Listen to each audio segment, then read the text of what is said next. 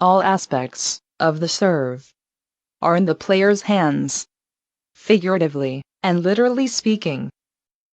Barring the windy conditions, the player has full control over everything, and from that standpoint, it should be the easiest stroke to perform. Yet, the serve remains an enigma and a stumbling block for most. This stroke, which quite often makes or breaks the overall performance of many players. It is the source of confusion, endless speculations, clueless guesswork, and hair-raising schemes. At the root of all these problems is the force which powers the service action. The way this force is created and then managed by the player. To make the long story short, it all comes down to the player's ability or inability to generate an adequate amount of newtons, which then can be easily funneled into propulsion of the arm, producing a swift and consistent swing action.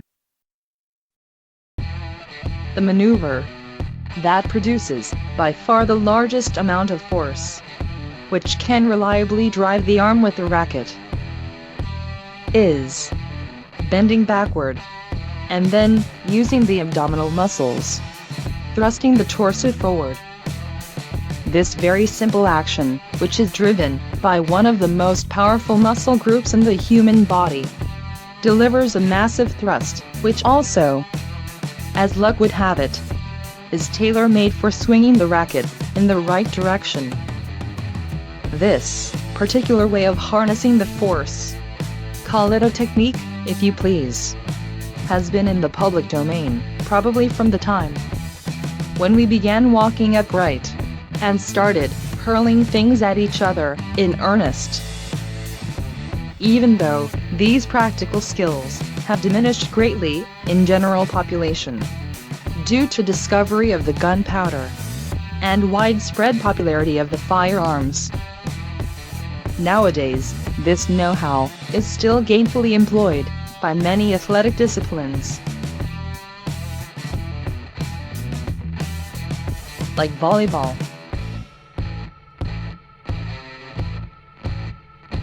badminton,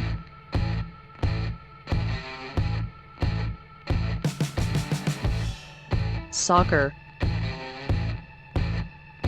track and field throwing, just to name a few.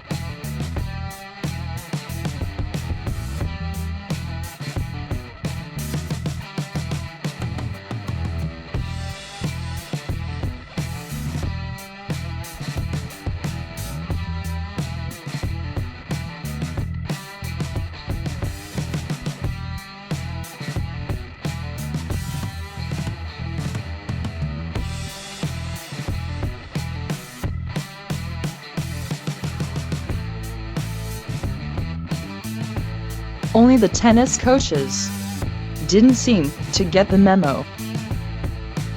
The usual set of instructions on how to serve offers little more than a tangled web of disjointed chores and ridiculous machinations, some of which insist that the power comes only from the legs, the other only from the arm, yet another from snapping of the wrist, or from all of them put together. All these prescribed actions might create a grand illusion of something being accomplished, but in the end, they do not produce any tangible force or offer any practical way of controlling it.